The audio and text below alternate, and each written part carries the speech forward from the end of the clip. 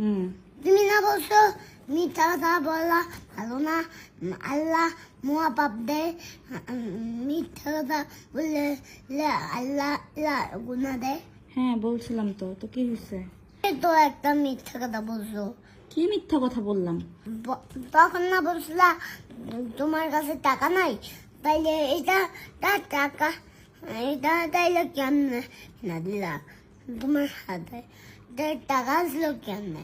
আমার হাতে টাকা আসছিল কিভাবে? হ্যাঁ হ্যাঁ হ্যাঁ, তখন তো নাকি তুমি বলছিলা যে তোমার কাছে টাকাই নেই।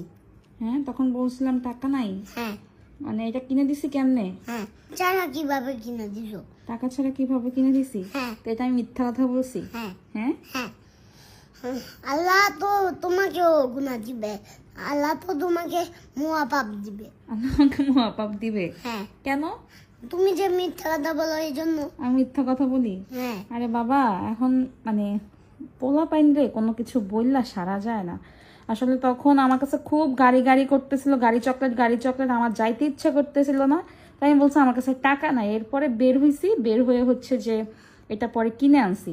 তা এখন মানে আসলে কি বলবো, আসলে বাচ্চাদেরকে এমন কোনো কিছুই বাচ্চাদের সামনে বলা উচিত না যেগুলো কিনা বাচ্চাদের ব্রেনে ক্যাচ করে ফেলে। এই দেখেন, তাকে বলছি যে আমার কাছে টাকা নাই, এখন কি